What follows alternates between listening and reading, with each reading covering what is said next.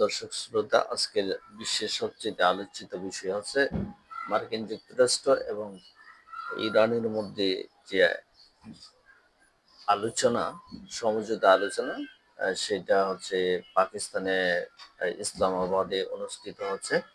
সেখানে পাকিস্তানের মধ্যস্থতায় এই আলোচনা চলছে, কিন্তু গত 21 ঘন্টায় যে আলোচনা হয়েছে তাতে কোনো সমঝোতা হয়নি বলে জানিয়েছেন মার্কিন president JD vice president JD Vance. তিনি বলেছেন 21 ঘন্টায় আলোচনার পর ইরানের সঙ্গে যুক্তরাষ্ট্রের কোনো সমঝোতা পৌঁছাতে পারেনি। সমঝোতা ছাড়াই পাকিস্তান ছাড়ার পরিকল্পনা করছে যুক্তরাষ্ট্র। এটি একটি দুঃসংবাদ বলে আখ্যায়িত করেন। ঐতিহাসিক শান্তি আলোচনার পর পাকিস্তানের ইসলামাবাদে রোববার সকালে সংবাদ সম্মেলনে তিনি এই কথা জানিয়েছেন। অন্যদিকে যুক্তরাষ্ট্র আলোচনায় এমন সব দাবি করেছে যা তারা যুদ্ধেও পায়নি।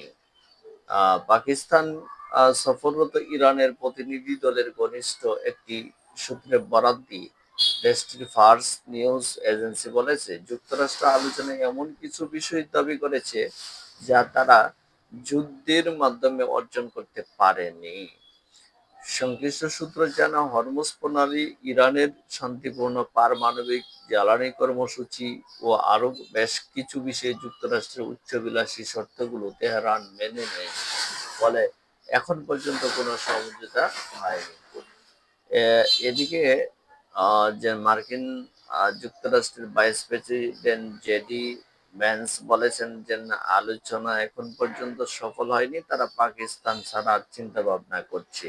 এর মধ্য দিয়ে আরেকটি চাপের মধ্যে রাখছে ইরানকে। তবে ইরান এতে শঙ্কিত নয়। মার্কিন প্রেসিডেন্ট মার্কিন ভাইস প্রেসিডেন্ট কি পাকিস্তানের প্রধানমন্ত্রী ও ফিল্ড মার্শালের প্রতি কৃতজ্ঞতা জানান এই ঐতিহাসিক ভূমিকা পালনের জন্য। পাকিস্তান অসাধারণ ভূমিকা রেখেছেন বলে তিনি উল্লেখ করেন। ভ্যান্স বলেন, যুক্তরাষ্ট্র গুরুত্বপূর্ণ শর্তগুলো স্পষ্টভাবে ইরানকে জানিয়েছে, তবে ইরান তাতে রাজি হয়নি। ইরানের পরমাণু সক্ষমতা নিয়ে কিছু প্রশ্নের উত্তর দেন ভ্যান্স।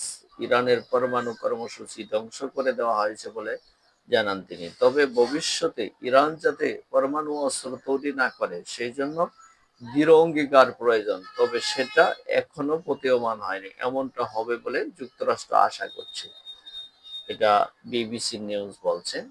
সেহেতু আমাদেরকে আরো কিছুটা সময় অপেক্ষা করতে হবে যে পাকিস্তানের ইসলামাবাদে যে ইরান যুক্তরাষ্ট্রের মধ্যে যে আলোচনা চলছে, সমঝোতার আলোচনা, সেটা কতটা ফলপ্রসূ হয়। সবাইকে ধন্যবাদ।